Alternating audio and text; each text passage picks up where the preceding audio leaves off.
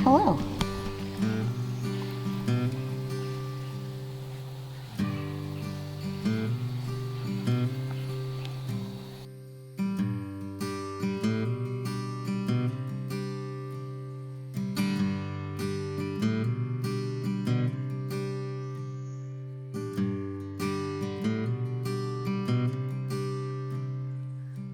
Hello friends, welcome back to Cosmopolitan Cornbread. My name is Constance and we are out here today doing a little bit of homestead work.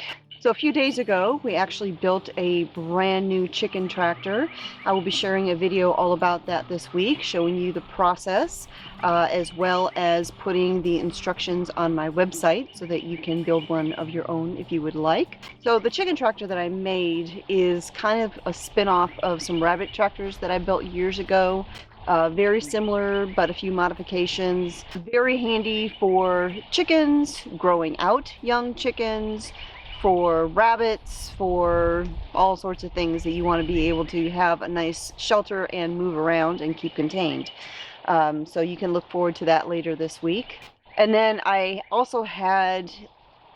had several questions lately about Bible study tools, what I use.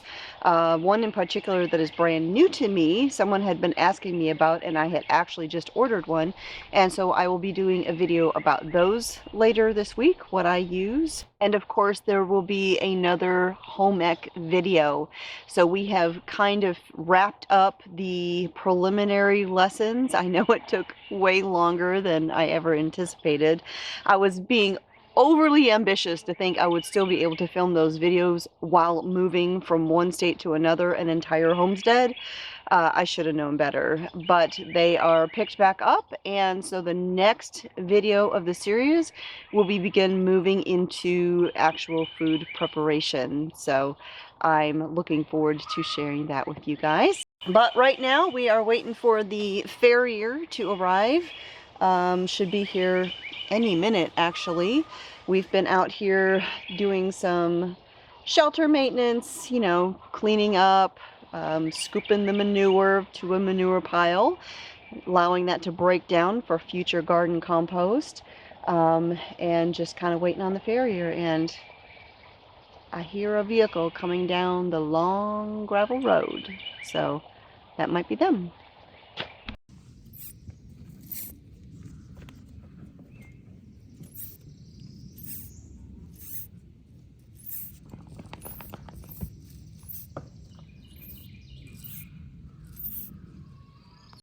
Alright friends, so the farrier came earlier today, trimmed up Sophie and Amos, so they are good to go for a while. Thankfully, donkey hooves grow very slowly, as do mule hooves, so they don't require their hooves to be trimmed every 4 weeks like horses often do. Theirs grow a lot slower, so they can go a little bit longer in between trimmings. And I know that trimming hooves is not a difficult thing to do. And if I had to, I could probably do it myself with Mr. Smith's help, of course. But I would just much rather have somebody who's been doing it a long time do it and not have to worry about it. My only concern is catching Amos and getting his halter on him because he's a stinker. So right now we are desperately praying for rain. We have had very little rain. I mentioned it in a recent video how low the creek was and how strange it was to not hear water running here on the property. And since then we've had pretty much non-existent rain since then. So Friday, Mr. Smith and I were out here working, moving goat fencing that you can maybe see right down there behind me. Moving the goats to fresh spots because we want them to have lots and lots of greenery, to be very, very occupied so that they don't attempt to get out of the fence, because the ground is so dry. We've had so little rain that we are dealing with something we've never dealt with before. Fence failure. Electric fences require moisture in the ground for there to be conductivity to make the fences work. And when everything is super dry, there's no conductivity in the soil. Therefore, there's no charge in those fences. Even though the charger's fully charged and all of that, there's no shock value in the fence, which is a problem, especially with goats, because goats are known for being escape artists. And we have never had a problem with our goats escaping until last week. We have had a couple instances where we have had a goat out because they're not afraid of the fence, so they're walking right up to it and pushing on it. Thankfully, we live kind of in the middle of nowhere, and when the goats got out, they kind of just came to the house, and we saw them. Either way, the last thing you want is your goats getting out. And while we were out there working on Friday, it was storming all around us. It was dark as can be. It was rumbling. It was everything you would imagine right before a downpour, except I literally felt one single raindrop, one on my shoulder. And I was like, oh yes, it's gonna rain. And it didn't. Once again, the only precipitation we have had in a while now was that hailstorm that I shared in the other video last week. It's pretty bad here. My friend who lives not too far from here has been getting tons of rain, but we have not had any of it, so it's a struggle. As a matter of fact, I mentioned in that video last week where I was talking about how the fish were trapped in the pools in the creek because it was so shallow that they couldn't go anywhere, and how that snake had found them and was just like, it was a buffet for him. Well, the snake has moved on, or at least went somewhere where we haven't seen it in a while, but those fish are still trapped in that spot. And I was thinking about it the other day. I was like, you know, there is nothing there where they're trapped. I mean, there is nothing. There's no vegetation. It's just rock and silt underneath there where they're trapped. So what did I do? I went to the feed store and I bought pond fish food.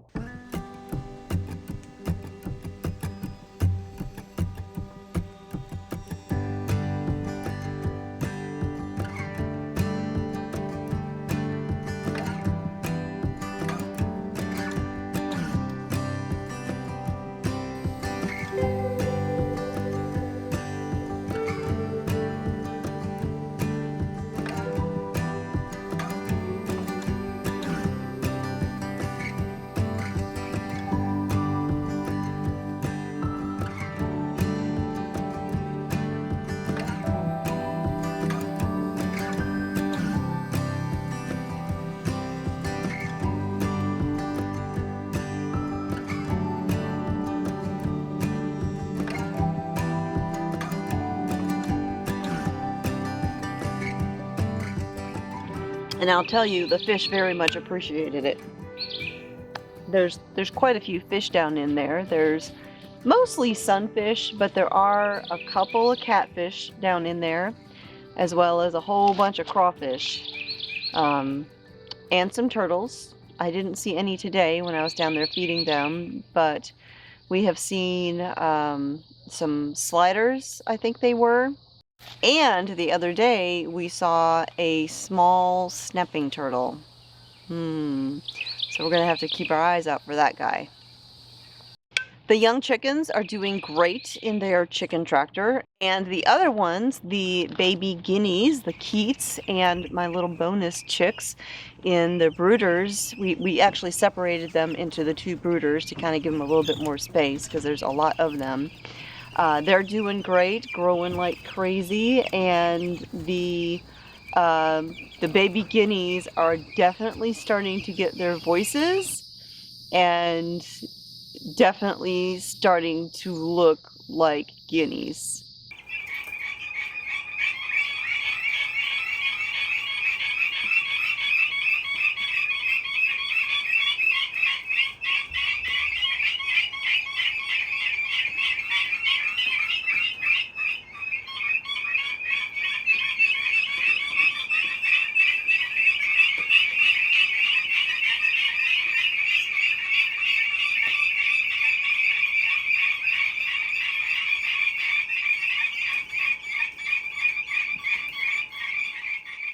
Now, we fully intend to allow the guineas to free roam the property once they're big enough to do so. So right now I've just been kind of contemplating where I want to build them a shelter and what kind of shelter I want to build. I haven't quite settled on which variety I want to do this time, but I do need to do it soon because those things are going to outgrow the brooders fairly quickly.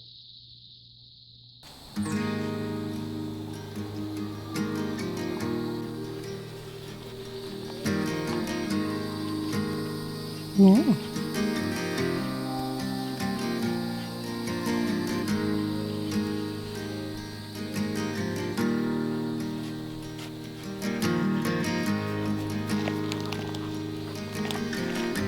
You coming to join us, Nubs? You wanting attention too?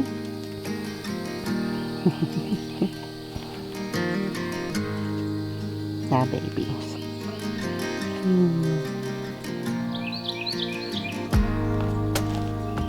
Yeah. So we had hoped that we would just be able to use the electric goat fencing for the goats and not have to worry about putting in a metal permanent fence. Mainly just because we live in a mountainous area with lots of boulders and rocks. All of the rocks that you see behind me making the table foundation and the wall back there, the gazebo that you've seen down there by the creek, all of the stonework, the staircase going down to the creek from the house, 70 steps. Every one of those stones came from this property. And we've got giant boulders in this ground. And so putting up permanent fencing is going to be quite a challenge. That is one of the reasons we really like that electric goat fencing, because they make kinds that are 1 spike or 2 spike, and the 1 spike is way easier to get in the ground to find spots where you can stick it down in there. I moved the goat fencing for the bucks last week, and it was amazing. There's something about that spot where they are currently. I had almost no problem whatsoever getting those spikes down in the ground. That was the first time I think I've moved the fence in on this property and not have to repeatedly attempt to find a spot to stick the stake down in.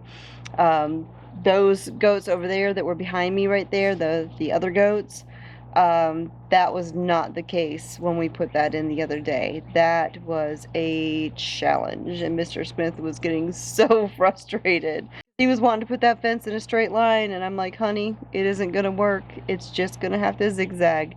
The goats don't care. But in any case, we'll just have to figure it out. I think what we will probably do is put in a metal fenced maybe corral type of area that can be like the home base. I would like to put one in with 2 gates. That way we can open that gate and have then the electric fencing going out to let them graze or browse, and then they can come back in where their food and their water and all that stuff is, and the shelter and all that. And then we can move that electric fencing as we want to kind of rotate them around. And then if we find ourselves in this situation where the ground is so dry the electricity won't conduct to make the fence work, then we can, contain them in that metal fence. They won't like it, but they wouldn't be able to get out. And so I think that is probably going to be the plan for what we'll do with them. I want to do the same thing with Sophie and Amos. Put in a metal structure with 2 gates, and then they can go out to graze in different locations as we kind of rotate them around. There's lots of plans for this property, but it's just going to take time. It took us 7 years to build the homestead in Alabama. And so I know I cannot just snap my fingers and have everything completed just the way I want it here. Particularly because this property is a little more challenging, being in the mountains instead of on a just basically flat, open clay soil land. I'm being hollered at by a bird over here.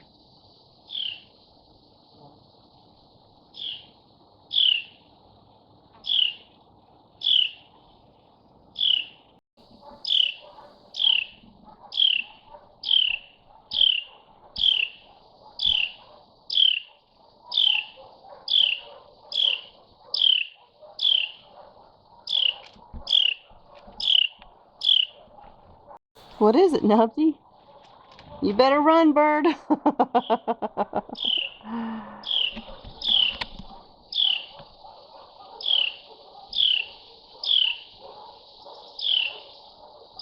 Alright friends, so that is it for today. I'm going to go ahead and wrap this up. I am losing light, and I'm going to call it a day.